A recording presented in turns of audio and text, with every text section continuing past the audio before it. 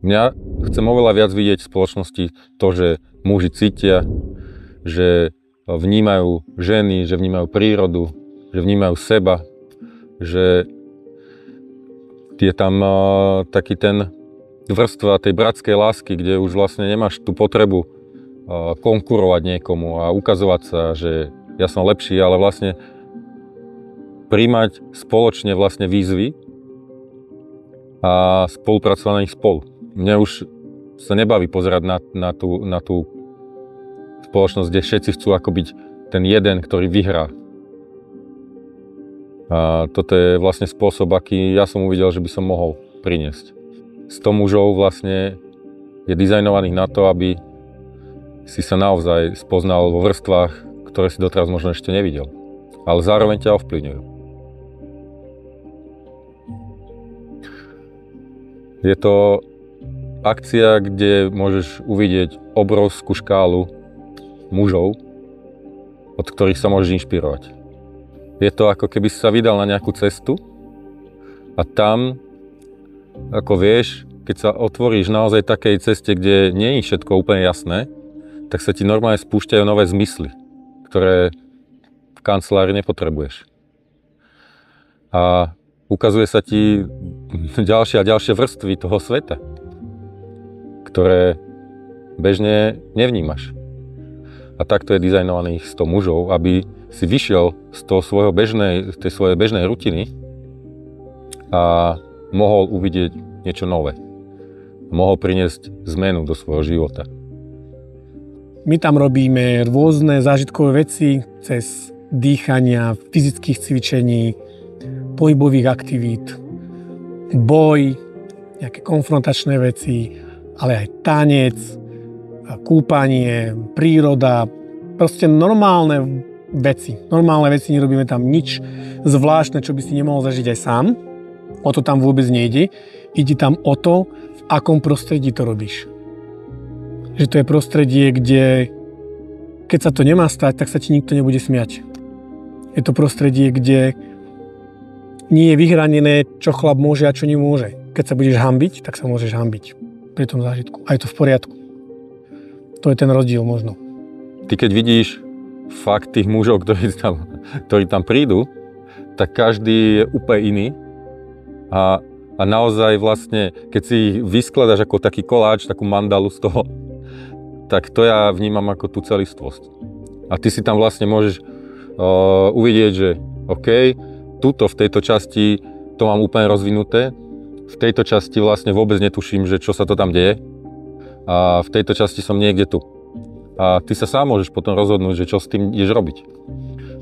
Kým nevidíš vlastne všetky tie možnosti, ktoré prináša to mužstvo, tak je možné, že celý život vlastne prežiješ len v nejakom výseku reality. Je to úžasná vec, keď 60-70 chlapov je na lúke a keď spolu blbnú, keď hrajú nejakú hru, keď sa pretláčajú cez lano, alebo keď robia veci, ktoré sme robili ako deti a veľmi nás to bavilo a bolo to dobré a z nejakého dôvodu teraz si myslíme, že už to je pase. Veľa chlapov hovorí o tom, že sa bojí ísť na tú našu akciu, alebo že sa hanbí, alebo majú strach. A všetko to je úplne na mieste. Môžeš mať z toho strach, môžeš sa hanbiť, ale keď budeš žiť stále dokola ten istý život, ako spravíš tú zmenu? Tá akcia je dizajnovaná tak, aby si sa mohol naozaj zmeniť. A preto veľakrát zažiješ veci mimo komfortnú zónu a môžeš zažiť aj bolesť, nielen fyzickú, ale rôzneho typu. A ten strach je na mieste.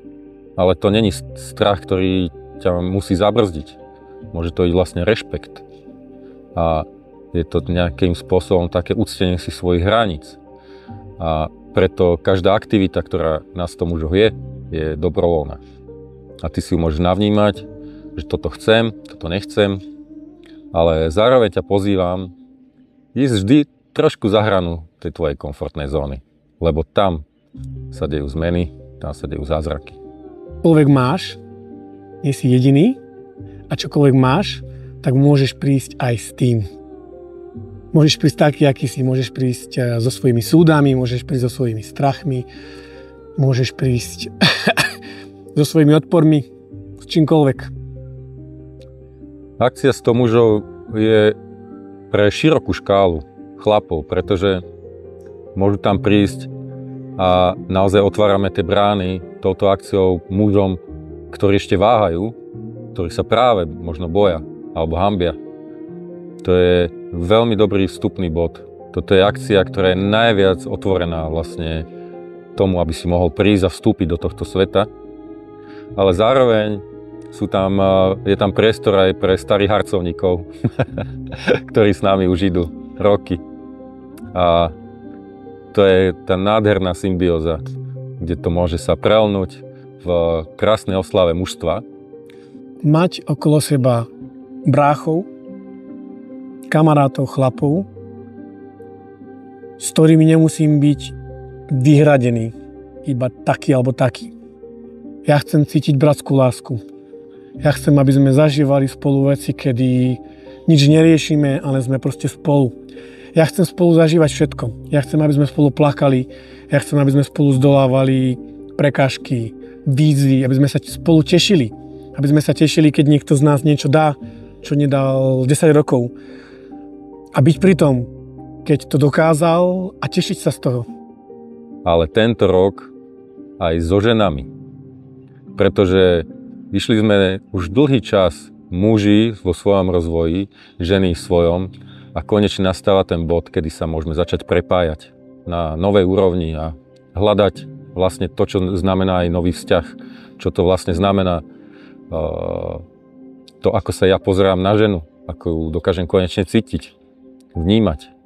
Takže toto sa všetko chceme zase znovu naučiť.